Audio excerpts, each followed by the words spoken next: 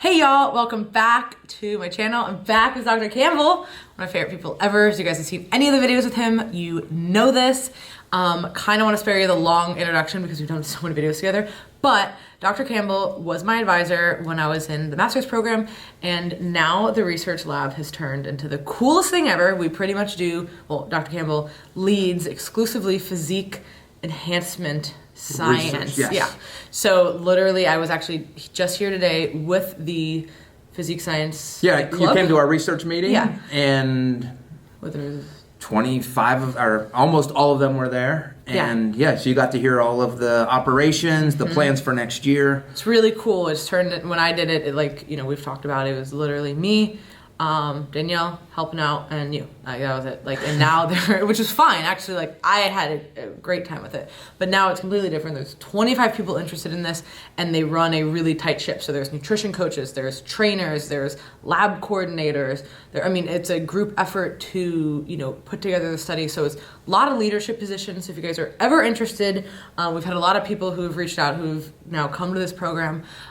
Some of them are people that you've said go to USF that were in that room. Honestly, you guys, it's the best decision I ever made for my business career as well as my personal career. I learned so much just being here and just doing the research. So without further ado, actually we want to talk about a cool topic that we're both really interested in, and this is body comp testing.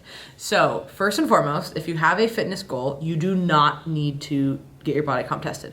It is not a requirement. Nobody ever asks you really what your body fat is. Especially if you're doing a physique competition or something, how much, it doesn't really matter, right? So do you need to do it? No. But if you're gonna get it done, there's a few things that we think are incredibly important that you should know. And I would first say, let's just talk about the different types of body comp testing and what we like and don't like. Okay. So if the obvious list is DEXA, bod pod, underwater weighing, Skinfolds, ultrasound, BIA, In-body, a handheld. Yes, in-body would be another BIA. BIA stands for bioelectrical impedance analysis. So those would be the popular types that most people have heard of. What do you think most people come in here having done before, or do they ever really say?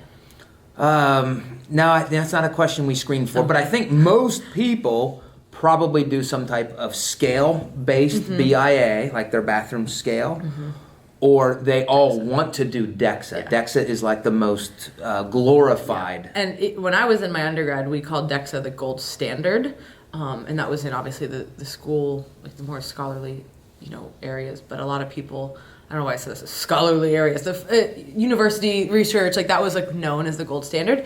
But honestly, even now, everybody's oh, I'm going to go to DEXA. I'm going to get DEXA. We have some issues with DEXA personally. The one issue really with anything besides Skinfolds and ultrasound is that it is a full body measurement. So you're getting, do you want to kind of explain the differences there? Yeah, and let me just say, DEXA, we have issues. DEXA could be a great tool. Yes, sorry. And it can be not a good tool. Yeah. It's, and again, I can find articles, and before you came today, I just did a little work. I found studies saying DEXA was not good, and I found studies saying DEXA was the best. Same thing with science! bod. There we go. That's how science works. So wait, what was your question? What is the difference between the total, a DEXA is a full body scan versus something ultrasound that we use is very pinpointed? So let's put bod pod, underwater weighing, and DEXA into one category where they're generally giving you whole body estimates of body fat and lean body mass. Now DEXA will also give you a trunk, arms, and legs measurement. But when I test physique athletes or people who are more concerned about physique, I really don't like the whole body measure. I would rather know, are you holding on to fat in the lower body, the back, the abs, arms? So I like the most unglorified or unsexy approach called Skinfolds, which is anybody can use them, and we use them in my lab. Now we do two things. We use Skinfolds and we use ultrasound. I publish my research with the ultrasound, but I have Skinfolds on everybody. Yeah. Because I can share that with people like you, because everybody has access to Skinfolds generally. Yes. So Did that answer your question? Yes. No, so I want to just let people know that there are different stuff. So when we're getting something like the Skinfolds or the ultrasound, it is a 7-point test. So you have 7 specific sites at the end of it that does go into an equation and give you the body fat percentage, which is what all of them do. But the problem with the whole body measurement, in our opinion, is that it's just not as nuanced. And if you really are caring about your physique more, or you are competing, we just find that to be a little bit more specific. So like, for example, there is they call it the waist measurement, which it's not really your waist, it's about an inch over from your belly button. Well, I'm going to get a much better picture of if I'm holding fat there or not based on the Skinfold or the ultrasound versus if I just go in and I get a DEXA, it doesn't really tell me any of that. Yeah, the DEXA won't tell you what your waist measurement is. Now, I will say that there are pros to machines because now there is only machine error and no longer human error. So when you are getting something done like a Skinfold with the calipers or ultrasound, you do need to be trained, which Dr. Campbell did say we train everybody in the lab. And we were actually just talking about this in the meeting. Before I even did my research, I did at least 20, like in one day, like back to back, just doing like retest variability. And then I've probably done close to 200 body comps. Like by the time my study ended to that, like, so you have to put in time to know that you're good at this. So that is obviously the one benefit of like a DEXA. You're not having the human error versus this, but if somebody is well trained and actually knows how to use it, it's very nuanced and really, really helpful. So I find, of course, again, too, you have to look at the research, right? Like that takes more time to do what we do, but we think it gives a better result versus like DEXA. If you have a study with 1,000 participants, you just lay them down on the DEXA, press start. That's a lot more reasonable for research. But for anybody listening who's not a researcher, who just wants to get this done for yourself, I would highly suggest looking at either, a university that has the ultrasound, a gym that has the ultrasound, or just somebody who's very skilled with the calipers. Yeah. Right? And I would say most fitness centers will have Skinfolds. Okay, yeah. So on this note, I have people contacting me. They'll drive 2 hours to do a DEXA. And my response is, if you have somebody who's trained with calipers and they're right down the street, that's what I would do. And remember, I'm a researcher. Like I'm supposed to like the sexy equipment better. Yeah. As long as you have a trained technician with Skinfolds, I think that's a better choice. Trained is really the best. And then ultimately what you're looking at, I think the one thing that with body comp testing that I get apprehensive with clients in particular is that people will look at, I need to be a certain number. And every test is going to measure you at different body fat percentage. So like I could do Skinfolds, ultrasound, in body, which is like a BAA, DEXA, all in the same day and come out with a different number. Does it matter? Absolutely not. Literally the number does not matter, but the changes are what matters, right? It could say that I'm 300% body fat, and then the next time I come in, if I'm 290%, well, we saw some changes, right? So I don't necessarily care what the percentage is. I care more about the changes to the percentage over time, which again is kind of why we like going back to those 7 sites, because you can very clearly see in millimeters how things are changing. Yes. And with that, whatever you are using, make sure you're using the same assessment. Yes. So if you're using DEXA, keep using DEXA. Yes. Don't basically compare. Don't get a DEXA and then go get a bod pod and then go get ultrasound. You're going to be like, wait, what body fat am I? And again, it doesn't matter, but you have to go back to the same one. Yeah, so let me just put that into an example. If you came to any university research lab and you did a bod pod, DEXA, and Skinfolds, it could be that your body fat was 10% on one, 12% on the other, and 14% on the other. They all have error. They are all not perfect. If you come back 3 months later, every one of them, let's say you actually lost 1%, every one of them you hope would show a loss of 1%. So again, you can kind of conceptualize the importance of using the same one. Yes. And if you're going to use Skinfolds, that's where it's important to use the same technician. The same person should be pinching you every time. Guess who's the only person who's done my body comp for almost it's been 5 years. Yeah, I didn't realize I was signing up for life when I just sure, I'll test your body fat. We started basically when I got here in 2014, and because guess why? Like if it's anybody else, the numbers that I'm going off of that I care about are now going to be more invalid. So I don't really do it for any other. I mean, I barely do it, but when I do it, I want to make sure that it's consistent.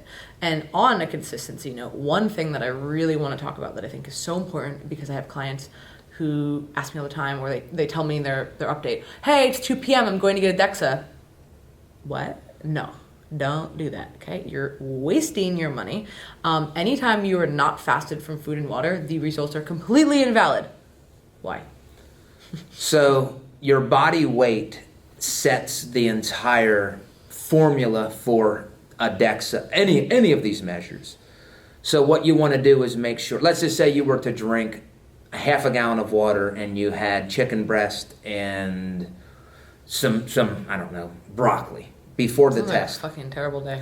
Give me some coffee, some red meat. Like, what's going on here? Okay. Or a Big Mac. Yeah, okay. Well, I didn't say that. Like a steak would be. Anyways, okay. So you've had this food. Obviously, that food is not fat or muscle, but these tests are going to have to put that into one of those categories. Because it's either fat mass or fat-free mass. Yes. It's got to show up. And we'll talk about water in a second. So that's how these work. It puts you into two compartments, fat or muscle. So you don't want to have food in your stomach. You don't want to have extra water in your system, because these tests will pick up on that extra weight and assign that to muscle mass. So it'll make you look leaner than what you are. So that's why the best thing is make sure you do it before you eat, and ideally that's in the morning. And you should not drink or eat before your body composition assessment. So probably the morning, just based off of, yes. Obviously it depends on when somebody gets up. But in general, earlier hours, which I know can be tough because sometimes it's not offered. But then I would just say, like, basically everything that we're going back to, if you guys haven't noticed, is about consistency.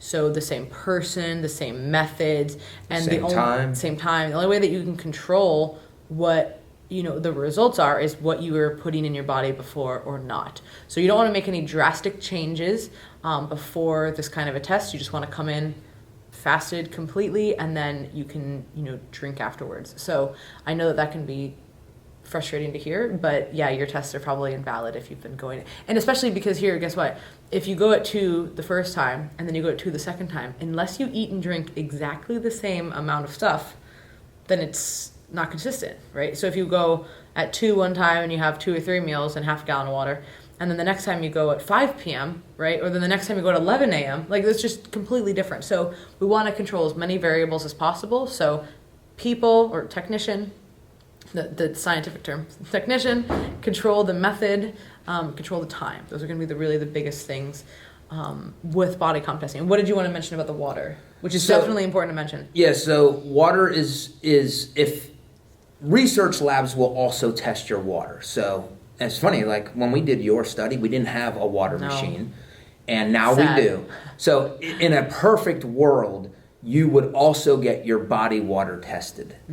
And the reason you do that is, what you do is you would subtract the water out of that measure, and you'd call it dry fat-free mass or dry fat mass. The advantage of that is, as you know, especially females, throughout the period, throughout the time, let's say over the course of a month, they'll retain water more or less at certain times, depending on their menstrual cycle. So if you can test how much water they have in their body, you control for that. Now, if you can't get your body water tested, does that mean you shouldn't get your body fat tested? No. But if you could, if you're tracking your cycle, ideally try to get it at the same time. But just know that there is some error. And here's where I love Skinfolds. If you are just, let's say, getting a millimeter measurement of your abdominal area, their body water and even your body weight doesn't matter. That's true. So if you are comfortable with just looking at the millimeter thicknesses, you can also just use that to assess your progress and not even getting percentage. Yes. Yeah. Because again, it's so arbitrary. What is 10% versus 5% versus 20? I mean, obviously, we know that for health reasons, there is a point to be a little bit less. But as far as actually, because I've seen people at totally different body fats as well look totally different, all within healthy ranges, of course. But I mean, you've seen that too. Well, before it's funny you say that. I was just thinking, 15% on Sally is 19% on Judy, and it's 11% on, what's another name that starts with ends in a Y? Emily. I'm like, what? Why wise? Okay. So yes, somebody's body fat percentage on you, you can't say that, oh, it's very hard to compare between people. Because sometimes, I mean, I've looked at thousands of body compositions. So many. And sometimes are often what somebody's number is. And here's an example. Same thing as weight. You can look at some people and you're like, they don't weigh that much. Yeah. But then they do. Very similar. But just in terms of physique athletes, I see somebody who, wow, they should do very well in their show in 3 days based on, just the way they look. And I test their body fat. I'm like, wow, that was a lot higher than what you appear. And the same thing can be true. So you got, and the other thing is, just because somebody says that they're X amount of body fat on social media, you got to be cautious of taking that at face value. Who tested them? Are they truthful? One. Yeah. Who tested them? Most people lie. So did they eat whatever before that test? Yeah. Was the machine validated? So there's so many things. So just don't try not to get caught up. Yeah, on we used to have number. we had 2 DEXAs at Florida State, and the one we'd use, they were like, oh yeah, subtract like 7 or 8%. I'm like, what? And they're like, oh, it's all jacked up. What? Okay. What? I'm doing a correction factor afterwards.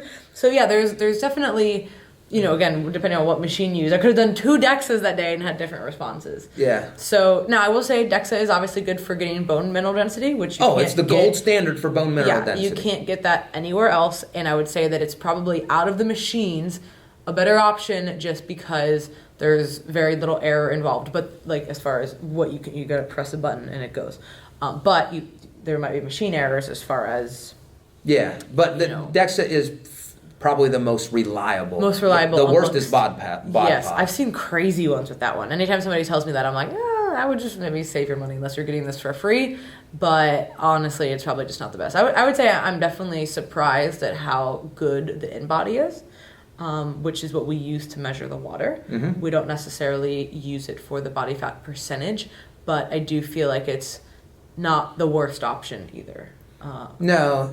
I don't know if there's a lot of variability, though. I haven't done enough. We're going to publish. We actually have enough data. I haven't analyzed it yet. But yeah, we've got plenty of data on the in-body. Okay, yep. Cool. Because we're very comfortable with, the Skinfolds and the calipers. Like, we feel pretty good about that. Like, we know how to use the machine for the ultrasound because there is a little, nuance to that as well. Because different spots, male versus female and stuff.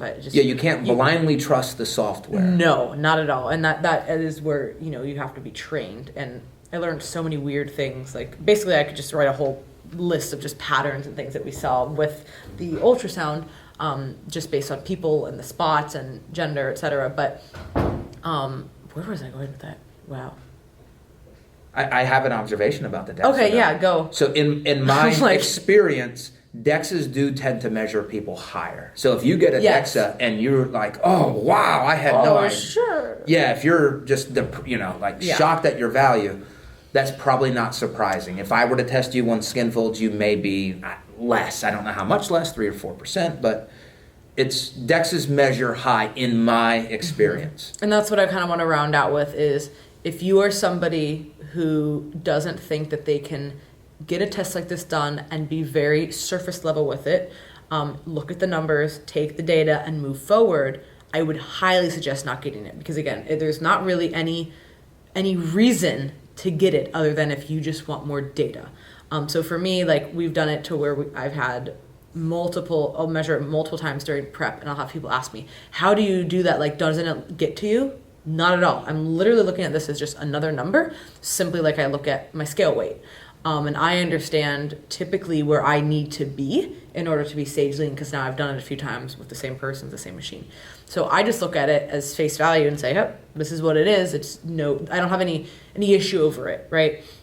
Whereas I have some people who get really down. Oh, my DEXA said I was 20% body fat. I'm fat.